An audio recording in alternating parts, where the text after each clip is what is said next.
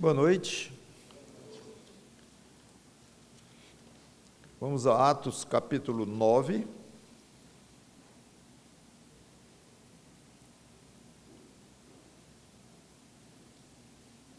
Versículos 19 a 31. Começando com 19, então, nós vamos ler, dando continuidade à nossa série de pregações sobre o livro de Atos. E depois de ter se alimentado, sentiu-se fortalecido. É o restinho do relato da conversão dele, Paulo. Então permaneceu em Damasco alguns dias com os discípulos. E logo pregava nas sinagogas a Jesus, afirmando que este é o Filho de Deus.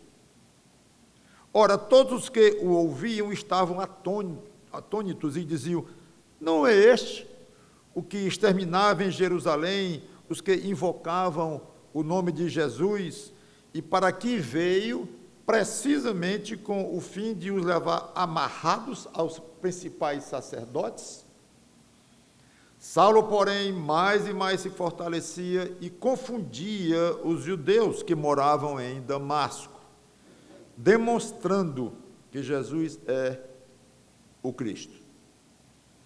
Decorridos muitos dias, os judeus deliberaram entre si tirar-lhe a vida. Porém, o plano deles chegou ao conhecimento de Saulo. Dia e noite guardavam também as portas para o matarem. Mas os seus discípulos tomaram-no de noite e, colocando-o num cesto, desceram-no pela muralha. Vamos ficar aqui. Vamos orar. Obrigado, Senhor Deus, pela Tua palavra, que o Teu Espírito Santo nos ajude a transmiti-la de uma maneira que agrade ao Teu Espírito, iluminar os corações para que vejam a beleza da Tua obra, num pedacinho de história como este aqui, e que Teu Filho seja exaltado, como já foi na própria leitura, te chamando de Teu Filho, ó Pai, Filho de Deus, e que continuemos exaltando o Cristo ao longo deste culto. É em nome dele que te pedimos e agradecemos. Amém.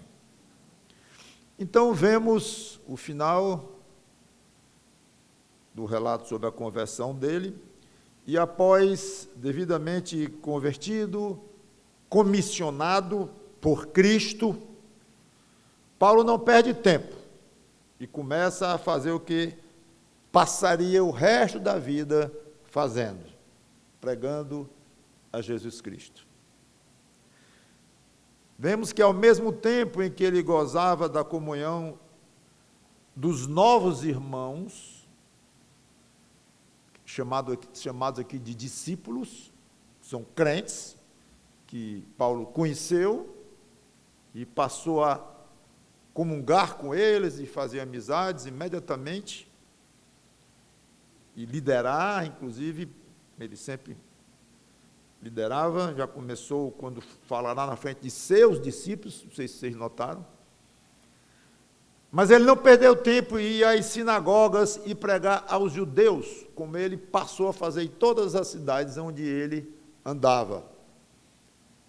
Geralmente ele ia primeiro nas sinagogas, pregar aos judeus. Dava confusão, sempre. Ele era rejeitado, dava discussão. Aí ele deixava os judeus e se dirigia aos gentios. Ele sempre gostou de seguir este rumo, uma ideia de, primeiro, aos judeus, não questão apenas de ordem, não é questão de importância, que a alma dos judeus era mais importante do que a alma dos gentios. Não, era uma questão de prioridade e de ordem só. Mas vemos então que ele, comungando com os discípulos aqui de Cristo e crescendo nesta comunhão, ao mesmo tempo ia pregar para os judeus, falar de Cristo, e para gentios também, é claro, mas embora a ênfase aqui é nos judeus. Aqui dá um bom exemplo da vida cristã, que é um equilíbrio entre comunhão dos crentes entre si, especialmente na igreja local, como vimos aqui um belo exemplo. Em breve teremos outro ao longo no final da semana, como foi anunciado. Comunhão da igreja local. Mas o equilíbrio entre isto e a evangelização dos que não têm Cristo. Pode ser judeu, pode ser oriental, ocidental, o que for, mas deve estar sempre na ótica, no alvo do crente, falar de Jesus Cristo. Devemos ter cuidado em ter uma igreja tão gostosa, mas tão gostosa, em que há muita comunhão, muita programação, muito ensino, muita seriedade na adoração, um ambiente em que os seus membros se sentem felizes e com vontade de voltar para o próximo culto. Isso é maravilhoso. E por que eu digo, então, cuidado? É exatamente para o risco de perder o equilíbrio. Curte tanto a igreja, gosta tanto, é tão ligado a ela, o que é excelente, mas, ao mesmo tempo, perde o foco, perde aquele ímpeto que deve estar sempre acompanhando o crente. Como eu falei, num equilíbrio. Então, cada um de vocês se examine como é que está isto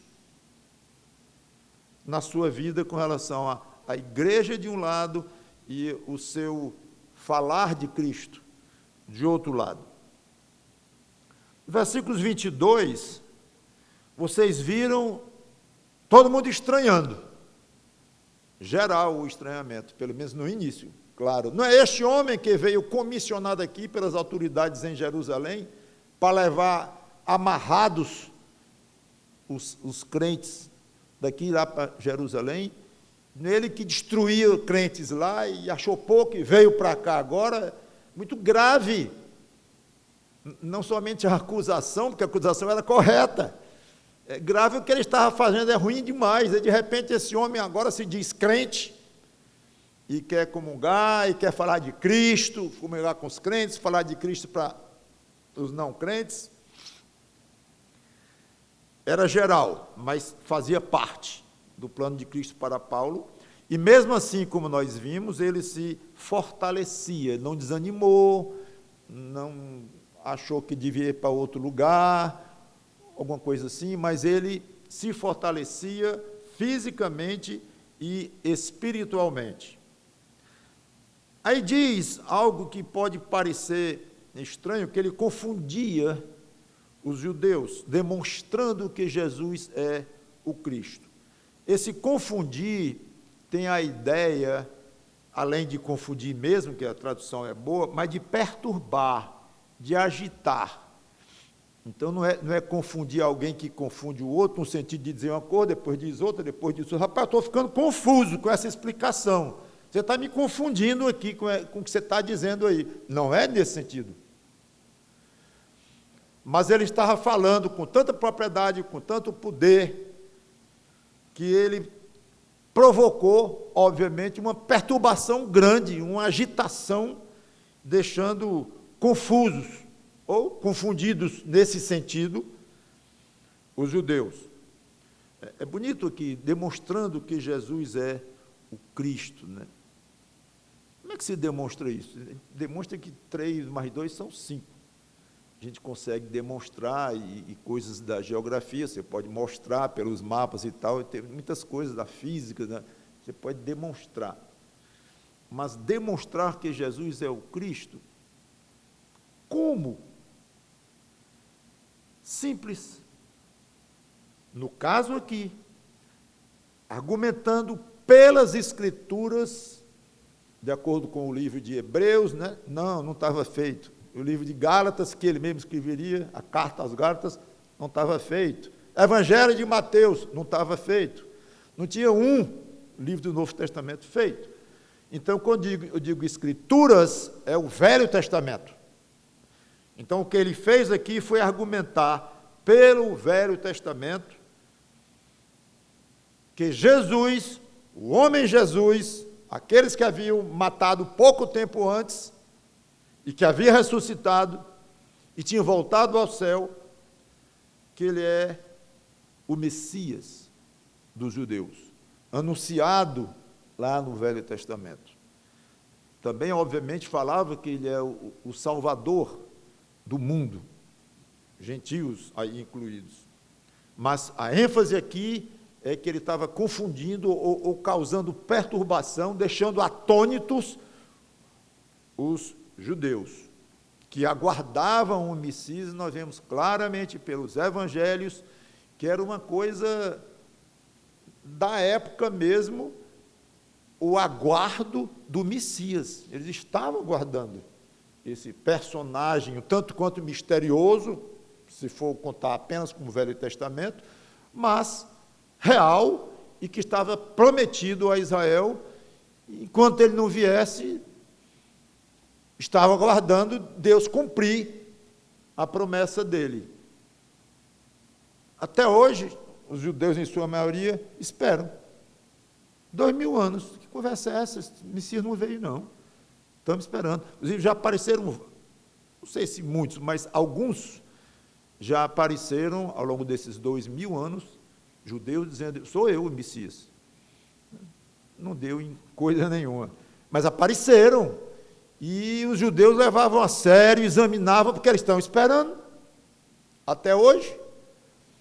Paulo, então, chegou dizendo: não podem, vamos parar de esperar o Messias, porque ele já chegou, mataram-no, e ele ressuscitou, voltou aos céus, e já temos o nosso Messias. Não vamos aguardar outro. Obviamente, muitos ficaram perturbados, como eu comentei, como ele próprio, Paulo, estava perturbado antes, irritado com esta pregação esquisita, que aquele Jesus era o Messias, a ponto dele prender gente, segurar as vestes daqueles que tinham tirado as capas para ficar mais livre no movimento, para pegar pedra e jogar em Estevão e matar Estevão, como vimos, e Paulo estava lá. Por quê? Profundamente perturbado com o que Estevão estava dizendo. Então ele era um deles, até há pouquíssimo tempo, e agora estava submisso ao Senhor Jesus Cristo. E deixava sem resposta os judeus, pelo menos até onde Paulo chegava e mostrava. Devia ser uma demonstração muito poderosa da parte de Paulo, e certamente que era que o Espírito Santo estava com ele. Quando diz, inclusive, que ele era se fortalecendo pouco a pouco, com certeza era o fortalecimento providenciado pelo Espírito Santo. Versículos 23 a 25. Aqui há um aspecto histórico não muito fácil. Quando diz aqui no versículo 23, decorridos muitos dias, tudo indica que esses muitos dias foram 3 anos. Um pulo grande, do versículo 22 para o 23. Vamos a Gálatas 1, 15 a 18, não vou me demorar muito no aspecto histórico, mas aqui é interessante até para nós entendermos que as Escrituras às vezes tratam o tempo de uma maneira um pouco diferente e que causa um certo estranhamento nosso, especialmente em profecias que juntavam na mesma frase, às vezes, séculos de diferença no tempo. Então, em Gálatas 1, 15 e 18, ele disse assim: quando, porém, ao que me separou antes de eu nascer, Jesus Cristo, e me chamou pela sua graça, aliás, não, Deus Pai, o que separou e o chamou pela sua graça, refere-se ao Pai. Poderia ser a Cristo. Eu e o Pai somos um, Cristo disse, mas há diferenças aqui. Ele próprio fez, quando ele disse que aprove a Deus Pai, a gente conclui que é ele. Por quê? Porque ele disse, aprove a ele, Deus, revelar seu Filho em mim. Então não estava falando do Filho, estava falando do Pai, que revelou o Filho dele, do Pai, a Paulo. Para que eu o pregasse entre os gentios, está falando do quê? Da conversão dele. Sem detença, não consultei carne e sangue. Ou seja, não pegou doutrinas, não pegou planejamento, não foi atrás de aprovação dos apóstolos, permissão, não consultou para nenhum objetivo. Não consultou, estava sendo diretamente dirigido pelo Senhor Jesus Cristo. Não consultei carne e sangue, gente. Nem subi a Jerusalém para os que já eram apóstolos antes de mim, mas parti para as regiões da Arábia e voltei outra vez para Damasco. Versículo 18. Decorridos 3 anos, então subi a Jerusalém para avistar-me com Cefas e permaneci com ele 15 dias. Aqui fala, lá no versículo 26, como nós vamos ver, não cheguei lá, é quando ele diz que saiu do cesto, colocado dentro de um cesto, de uma rede, por irmãos que o desceram de uma muralha para escapar da primeira perseguição a ele, lá no 26, tendo chegado a Jerusalém. Então, um momento, ele foi então de Damasco para Jerusalém direto, logo depois da conversão? Tudo indica que não. A sequência provável é a seguinte: conversão na estrada, cego na casa de um homem chamado Judas, em Damasco, recebe Ananias, recobra a visão, é batizado e comissionado pelo Senhor Jesus Cristo. Passou alguns dias em Damasco, pregando nas sinagogas.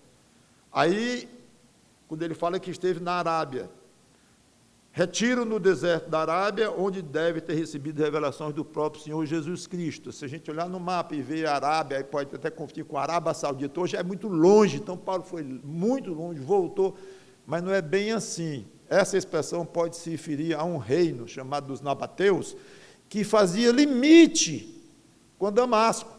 Então ele pode ter feito uma viagem curta e já está na Arábia para o conceito da época. Seja como for, a ideia é que ele passou poucos dias em Damasco e saiu, talvez, para um retiro espiritual, um isolamento, para receber informações do Senhor Jesus Cristo. Aí não sabemos. É interessante. Não sabemos o que Paulo fez nesta viagem, fica totalmente sem revelação da parte de Deus. Provavelmente, o que se tem ideia, em termos de sugestões dos estudiosos e tudo mais, é que ele foi se instruir diretamente do Senhor Jesus Cristo, não havia outra opção. Então, uma coisa clara, ele disse, depois eu voltei para Damasco. Então, Damasco, uma região chamada Arábia ali pertinho, era uma área enorme chamada Arábia, esse reino lá. Foi aqui pertinho, presume-se, volta para Damasco. E continuou pregando. Aí veio a fuga para Jerusalém. Então, parece que é essa o cronograma aqui de Paulo. Quando a Bíblia não deixa muito claro e dá sugestões, como é o caso aqui, e que os eruditos aí discutem para lá, discutem para cá, discutem para lá, discutem para cá, onde é que ele foi para Jerusalém, logo não foi, há discussão aqui. Quando acontece isso, a gente já pode ter certeza que isso não influencia coisa nenhuma do que Deus quer nos ensinar. Não precisa perturbar ninguém. Pastor, eu andei olhando aí, eu acho que ele não foi de Damasco para a Arábia, não. Acho que ele foi para Jerusalém mesmo. Depois é que ele foi para a Arábia, por isso eu andei lendo aí alguém do século XVIII sobre isso e isso. Perca tempo com isso, não. Deixa os eruditos aí, os comentaristas estudarem isso e resumir tudinho em 2 frases para nós aprendermos, como agora estamos fazendo aqui, tentando refazer as caminhadas dele. Porque é interessante a gente saber, e é bom ter detalhes, às vezes temos, às vezes não temos, mas não se frustre com esse tipo de escuro que a Bíblia às vezes nos deixa. Não interfere no que Deus quer nos ensinar aqui. Então, tudo indica que esses 3 anos que ele falou lá em Gálatas foram o tempo que ele passou no deserto da Arábia, mais o tempo em Damasco de volta até fugir. Quando ele voltou, deve ter vindo com uma pregação muito mais forte, muito mais direta, muito mais poderosa. Deve ter sido um upgrade, como se diz hoje, enorme, porque quando ele esteve a primeira vez lá, ele tinha acabado de se converter. Ele se converteu e ficou lá e já começou pregando e tudo, mas não tinha tempo nem de absorver tanta coisa, e as instruções e revelações que ele coloca nas cartas dele. De onde é que Paulo pegou isso? De onde é que ele... De Pedro não é, claro, nem dos outros apóstolos. Né? De quem? Revelação direta. Então, ele deve ter irritado muito, irritou muito os judeus com novidade doutrinária. Solução simples. Naquela época era simples, né? Hoje ainda é, porque se chama de um mundo mais civilizado, mas não é mais civilizado coisa nenhuma. É diferente, é mais... sei lá o quê, não vou definir isso filosoficamente, não. Mas não pense que o homem é intimamente mais civilizado, no sentido de pecador, de maligno, do que era antes. Não é. Não é. Não há um progresso do grau de malignidade do coração de um ser humano que nasce, todos já nascemos em estado natural, como se diz, como sendo homem natural. O termo homem geral significa separado de Deus. Então, não há um grau em que 200 anos atrás a média da pecaminosidade da raça humana era tal, se pudéssemos medir. Hoje é muito mais, não, é absolutamente igual. O que acontece é que tem muito mais gente, então tem muito mais malignos fazendo coisas ruins. Então é óbvio que a quantidade de males e a evidência da pecaminosidade humana fica muito mais exposta. Aí a gente vê, o mundo está pior. O mundo está pior. No sentido, sim, por causa, como já comentei, da quantidade e de métodos científicos que vão mudando, e descobertas, e com uma rapidez de comunicação e tudo mais. Então, há um sentido que o mundo está pior, mas há um outro sentido que não está pior, no sentido da pecaminosidade do coração humano. Então, voltando, a solução que eles deram para Paulo era simples. Os judeus, mata. Que, aliás, era o que o próprio Paulo estava querendo fazer. Ou chegou a fazer. Não há uma passagem na Bíblia que diga que Paulo matou alguém. Interessante. O Espírito Santo teve o cuidado de... Ele quis não colocar. Então, não podemos afirmar que ele chegou a matar algum crente com as mãos dele. Não sabemos. Acabei de dizer, que é famosa a expressão, que ele segurou as vestes dos que apedrejavam Estevão. E disseram lá, vocês viram o que as próprias pessoas lá de Damasco disseram, ele não veio para prender a gente, amarrado e levar para lá, era assim, ele não veio matar. Então, não temos essa informação. Seja como for, ele, mesmo que ele não tenha morto alguém, pessoalmente, claro que ele concordava tudo, endossava tudo, como no caso de Estevão fica evidente, e com certeza ele queria levar amarrados os crentes de Damasco para Jerusalém, não era para dar um banquete para eles, não. Então, solução muito simples, mata esse tal desse Paulo, que está falando umas coisas estranhas aí, e confundindo a gente, deixando a gente muito confusos com essa história de Jesus, Messias já chegou coisa nenhuma, mas ele argumenta e mostra muita coisa, diz coisas que a gente fica sem poder rebater, é uma situação difícil. Aí começaram a guardar as portas da cidade. Na época as cidades eram as melhores, especialmente eram cercadas, eram muradas para proteção. Aí tinha o portão ou portões da cidade que eram sempre guardados, vigiados para proteger a população que estava dentro daquele muro.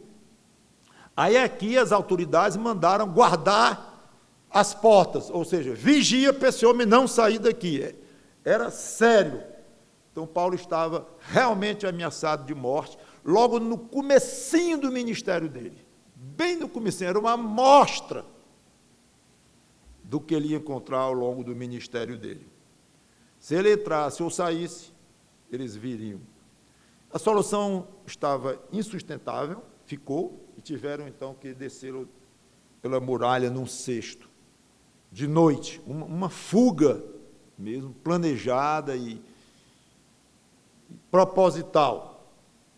Então vejam só, na mesma cidade, onde ele estava planejando chegar com toda a autoridade para prender crentes, agora ele tem que sair de noite, escondido, dentro de um cesto.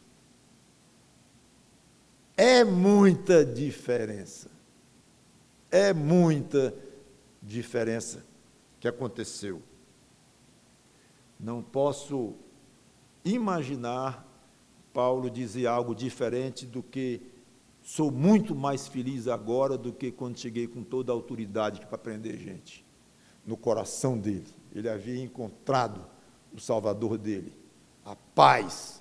Comentei, inclusive, numa dessas pregações passadas, já falando da conversão dele, que muito provavelmente ele estava muito confuso, angustiado, quando finalmente Cristo apareceu para ele e o converteu lá no caminho de Damasco. Talvez sem entender, confuso com a pregação de Estevão, como ele deixou confuso logo depois os judeus lá de Damasco, ele passou por aquilo tudo, certamente muito angustiado. Estava agora perseguido, risco de morte, humilhado dentro de um cesto, de noite, descendo numa corda. Imagino que muito feliz pela salvação. E se as pessoas que não têm Cristo compreenderem, ou compreendessem, o que é a alegria íntima de um crente, o que é a paz que entra no coração de alguém que finalmente se dobra aos pés de Cristo, confessa os seus pecados, se arrepende e pede que Cristo passe a reinar na sua vida, a paz que entra nesse coração, a sensação de alívio é indizível. Aí alguns comentam, parece que o fulano depois se converteu, piorou de vida, quebrou, sei lá o quê, adoeceu, pegou um câncer, isso, aquilo. Secundário. Mexe, choca, dá medo, perseguição, doença, tudo mais. Sem dúvida, somos humanos, somos falhos, pequenos, frágeis, sim. Mas, dentro do coração, aquela paz está ali. E a convicção de que a eternidade está garantida. Não tem dinheiro no mundo que garanta a eternidade, não tem poder executivo numa cidade, num estado, num país, e o anticristo vai ser no mundo inteiro.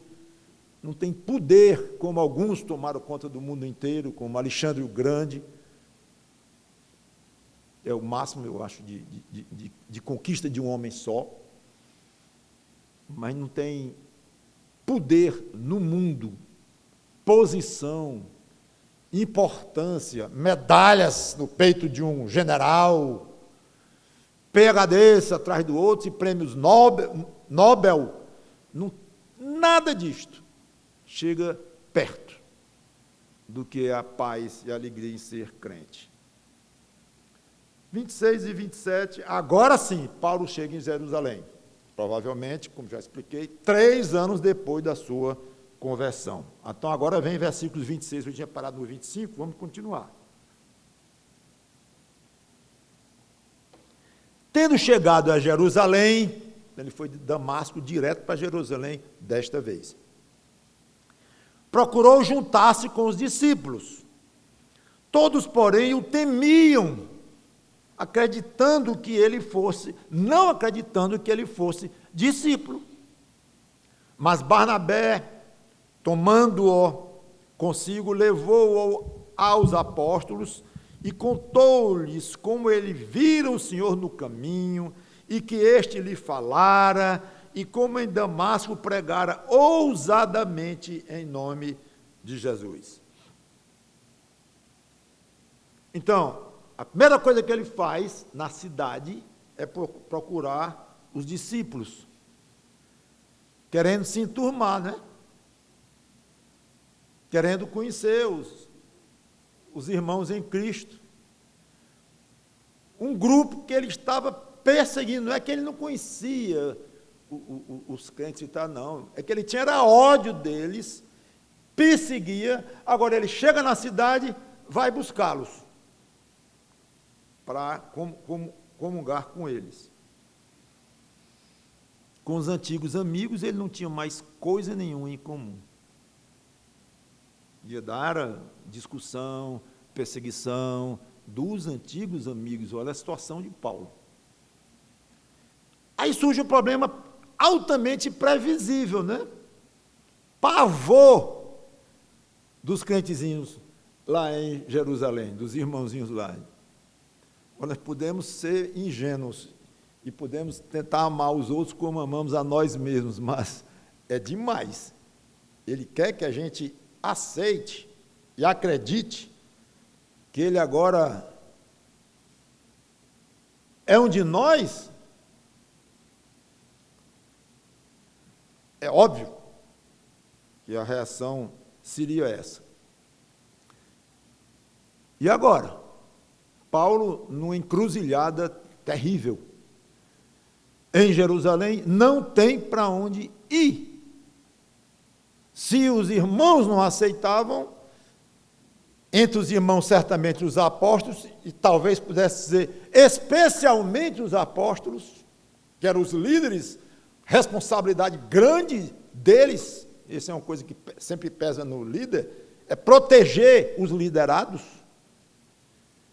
Então, cuidado com este homem, isso é um perigo ambulante. Aí, pode ser um crente, dificilmente, pela transformação tão grande, provavelmente isso é uma cilada. A solução de Deus foi linda. Um homem surgiu. Chamado Barnabé. Foi extremamente útil a Paulo naquele momento delicadíssimo do ministério dele, Paulo. Barnabé simplesmente acreditou em Paulo. Tudo que Paulo disse, ele acreditou. Levou a sério. Resolveu acreditar. Bancou. Aceitar. Não temos informação se Barnabé recebeu alguma revelação do Senhor Jesus Cristo, ou num sonho, eu não sei, no sentido de que ele acatasse Paulo, pode ser, também não muda em nada a história, o fato de que, de uma maneira ou de outra, Barnabé abriu o coração para aceitar o que Paulo estava dizendo. E tomou uma providência muito inteligente. Em vez de Barnabé discursar num grupo de crentes, dizendo, olha, Paulo é nosso irmão, acredita nele e tal, ele foi direto nos chefes, nos líderes principais, nos apóstolos. Se os apóstolos rejeitassem ou continuassem rejeitando, Paulo estava rejeitado, na cidade, pelo menos, em Jerusalém, que era o centro. Se os apóstolos aceitassem, Paulo estava tranquilo, porque os apóstolos iriam influenciar e dizer, podem aceitar, vamos aceitar. Bastava que os próprios apóstolos aceitassem para que os outros discípulos vissem, se os apóstolos não têm medo, nós não vamos ter medo também. Então, Barnabé, de uma maneira muito precisa, fez exatamente isto, mostrando sabedoria.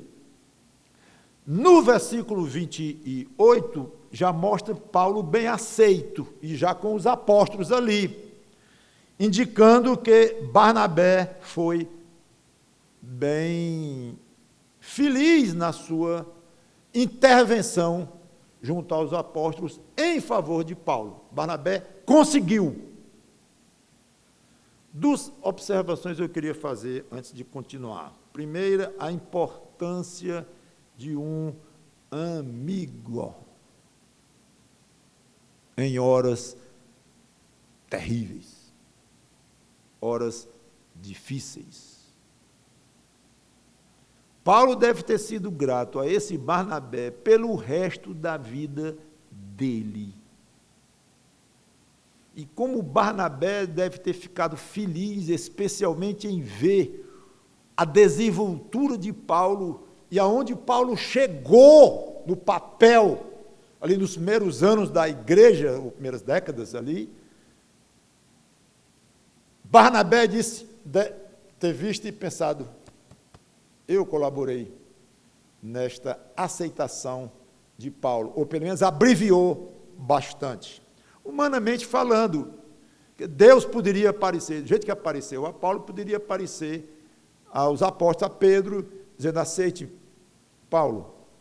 Mas quando a gente começa a dizer, Deus poderia ter feito aquilo, isso não tem muito, não leva a grande lugar, porque, Deus poderia ter, em vez de só a Pedro, devia ter logo aparecido a todos os crentes de Jerusalém, dizendo, aceitem Paulo. Poderia.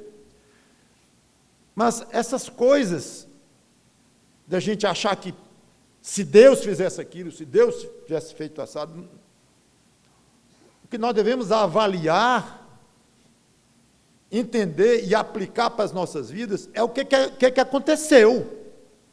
Então, Deus quis que Paulo entrasse aqui realmente nessa encruzilhada. Claro, foi a vontade de Deus que Paulo encontrasse resistência da parte dos discípulos do Senhor Jesus Cristo. Claro, e os apóstolos certamente fechados, até Barnabé entrar. Então, vemos aqui o valor, como eu estou, inclusive, destacando o valor de Barnabé. Mesmo que ele tenha recebido uma ordem do Senhor Jesus Cristo, não anula o fato de que Barnabé foi um amigo tornou-se um amigo extremamente valioso de Paulo naquele momento.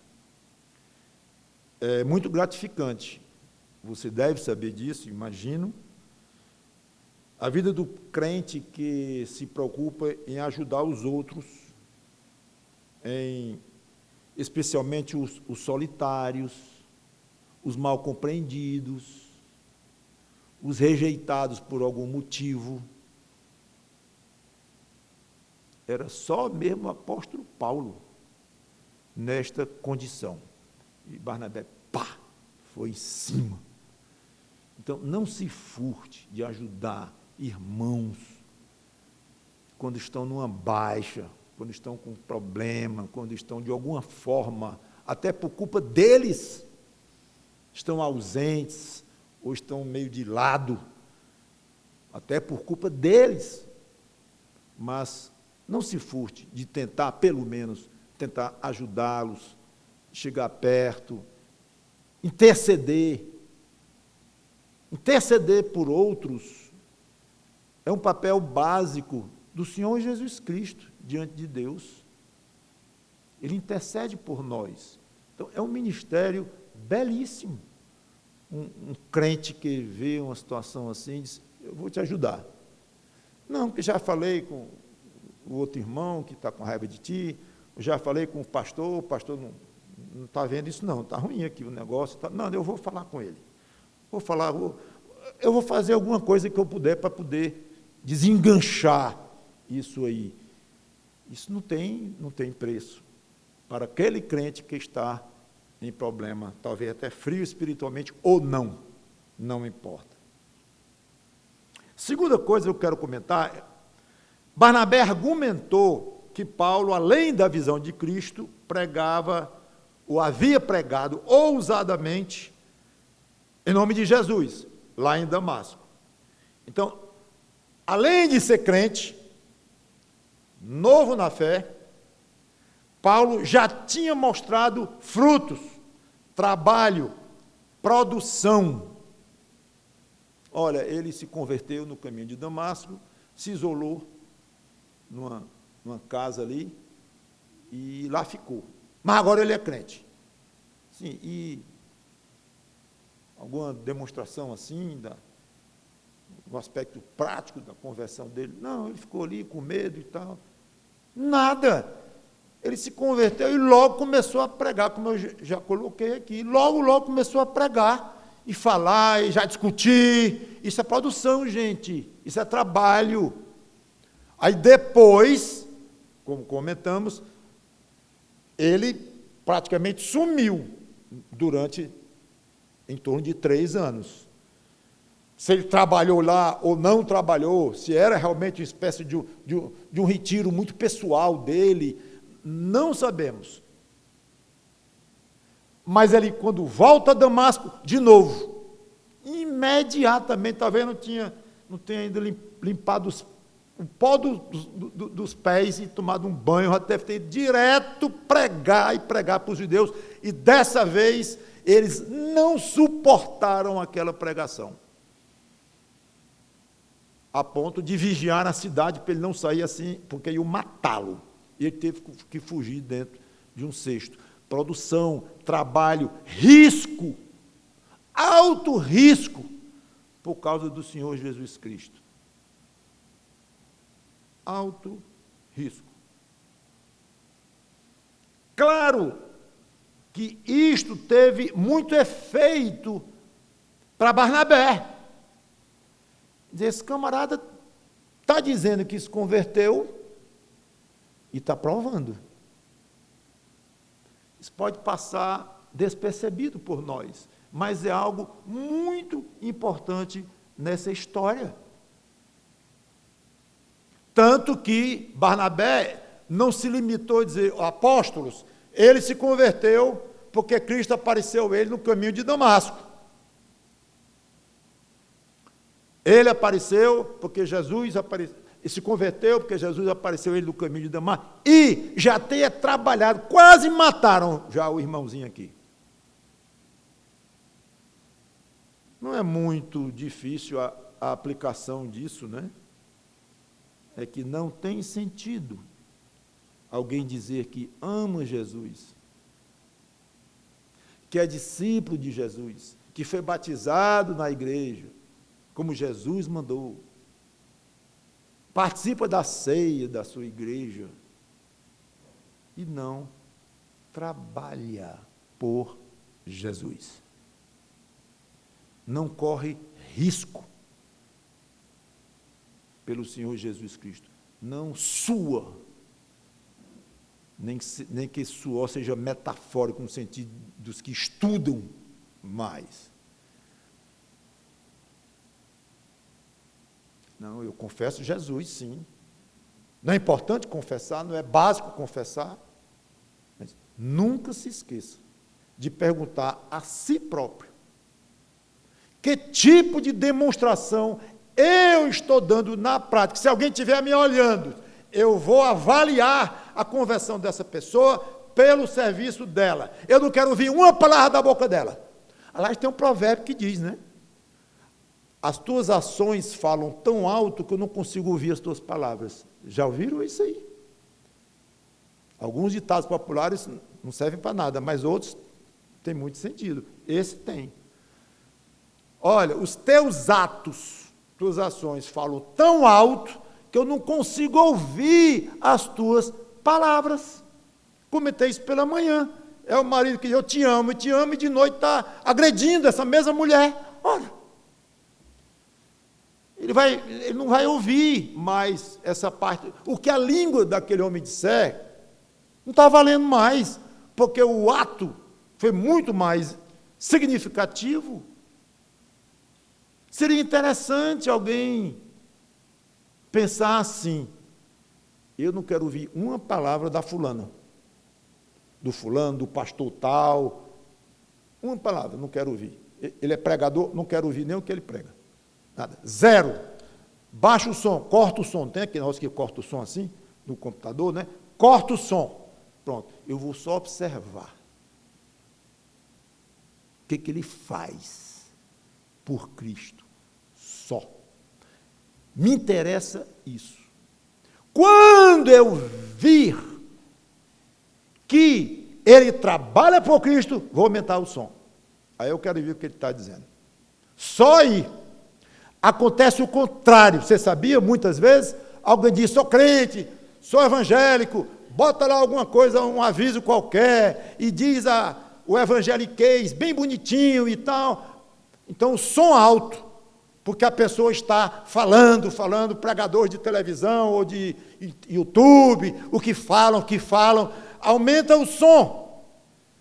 Mas não gasta um minuto para examinar a vida, ou a coerência entre o que está dizendo e o que faz pelo Senhor Jesus Cristo. Claro, o que faz tem que ser coerente com o que as Escrituras dizem, obviamente. Não, eu trabalho muito pelo Senhor Jesus Cristo. Coloquei várias igrejas e tudo, tanto que eu era uma pessoa pobre ou comum, financeiramente falando. Hoje eu estou multimilionário.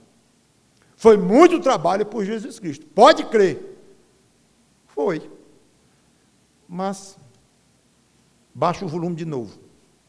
Não aumenta o volume, não. Esse camarada aqui trabalhou para enriquecer pelo Evangelho, deixa o volume, Aliás, não perca mais nem tempo com ele, negócio de volume, eu quero mais saber dele, não. Se entenda com Jesus Cristo lá. Mas o crente, muitas vezes, é ingênuo, e elege quase como um líder espiritual aquele pastor que fala tão bem, ou em inglês com a tradução aqui, ou em português mesmo, não importa, ou a pastora, uma profetisa que se autodenomina pastora, mas fala bem, empolga, essa trabalha. Quem pode negar que essa pessoa trabalha? É óbvio que ela está trabalhando muito, e falando em Jesus. Mas o trabalho em si não é coerente com os padrões do Senhor Jesus Cristo. Enriquecer com o Evangelho, que coisa. Já, na base, já está com problemas graves. Isso aí. Então, fica aí a lembrança. Qual o seu trabalho por Cristo? Qual? E saiba que do jeito que o trabalho de Paulo influenciou Barnabé, que levou a informação para os apóstolos, influenciou os apóstolos a ponto deles receberem Paulo, então aquilo foi utilizado fortemente para benefício de Paulo, o trabalho dele, pois saiba que o seu trabalho influencia, seu trabalho por Cristo influencia o que as pessoas se impressionam ou valorizam o seu viver cristão. Pode ter certeza que quando um crente que trabalha pelo Evangelho, se esforça, quando ele fala alguma coisa, mesmo para um irmão em Cristo, ou na própria igreja, Quando ele fala, peso. Outro que é crente também, se converteu na mesma noite que o outro disse que se converteu e não faz coisa nenhuma na igreja, ou pela igreja, ou por Cristo, nada, só faz trabalhar e vir para os cultos, trabalhar lá fora e vir para os cultos e tal. Ele fala, assim, o peso dele, espiritual, é mínimo. E, infelizmente, não só na igreja, porque a igreja, pelo menos, tem aqueles que trabalham e que realmente influenciam, tem os pastores, está tudo bem. Mas lá fora, quando um crente quer falar de Cristo, e se aquele que está ouvindo apertar mesmo, então você é crente, fulano? Que coisa! Há quanto tempo? 15. Olha só. O que você faz? Não, meu emprego está... Não, sem emprego não. O que você faz por Cristo? Esse tal que você disse que se converteu, aceitou como Salvador. O que você faz por ele? Nesta terra. O trabalho, o risco, a dedicação. Diga aí. E vou deixar aqui. Depois a gente continua. Porque é uma boa maneira de encerrar com esse desafio. Trabalho. Paulo foi imediato, nem piscou, e começou a trabalhar por Cristo. É algo que eu tenho falado aqui da igreja, insisto em falar, e eu acho que eu sempre vou falar, porque é algo que não é pequeno na igreja. E se eu conseguir incomodar, de outra forma, se o Espírito Santo incomodar irmãos em Cristo, ou irmãs em Cristo, deixar, não é confuso, mas perturbado, no sentido de mexido com isso, eu estou muito feliz. Se o Espírito Santo se dignar, mexer nos corações e deixar a pessoa, talvez perdendo umas horinhas de sono lá, o que eu estou fazendo? Que risco eu estou correndo? Vamos orar. Obrigado, Senhor Deus, pela Tua palavra, que Teu Espírito Santo nos ajude, Senhor, a observar essas coisas, a aprender com Paulo e com tantos personagens da Bíblia, nesse caso, focalizando em Paulo, recentemente em Pedro, depois Estevão e agora em Paulo. Obrigado por essas lições e que sejamos mais fiéis, menos preguiçosos, menos covardes, menos medrosos de querer assumir risco, menos fiéis. Nos ajuda a ser mais fiéis, trabalhando por Ti. Cada um de acordo com a sua condição, sua circunstância, Tu sabes perfeitamente. Não vou designar tantas horas por dia trabalhando, ou a importância de um cargo na igreja, nada disto. Não toquei neste assunto, Senhor Deus. E nem pretendo, porque não é o caso. E Tu sabes o que cada um poderia estar fazendo por Ti, Tu gostaria que fizesse e não faz. Nos ajuda a sermos fiéis. Em nome do Senhor Jesus Cristo. Amém.